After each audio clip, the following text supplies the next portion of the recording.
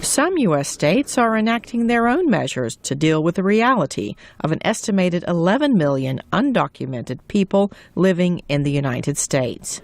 Maryland, near the nation's capital, is allowing undocumented immigrants to obtain driver's licenses if they meet certain requirements.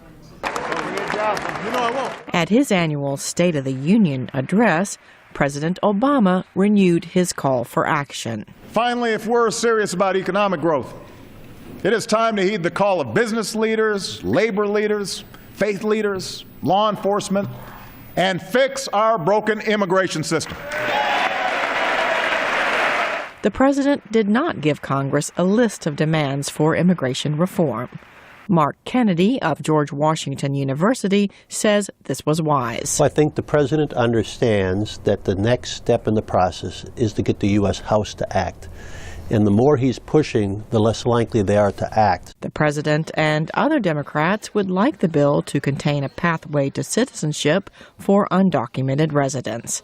Democratic Representative Lloyd Doggett. We have too many families that are being torn apart, parents from children, because they lack proper documents. I believe that those families who are playing by the rules, paying their taxes, ought to have a way to pay a fine and get in line to achieve American citizenship here. But many Republicans oppose citizenship as an option and say they will only vote for reform under certain conditions.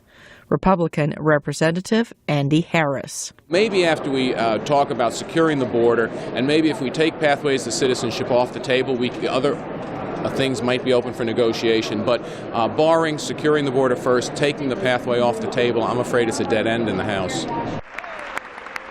One of the guests of First Lady Michelle Obama at the State of the Union address was Christian Avila, an immigrants' rights activist who recently fasted for 22 days to get Congress to act.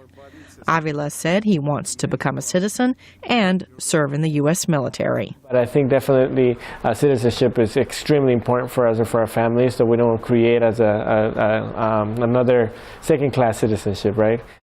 Avila says he and other immigrants will keep up the pressure on both Republicans and Democrats to pass immigration reform legislation. Cindy Saine, VOA News on Capitol Hill.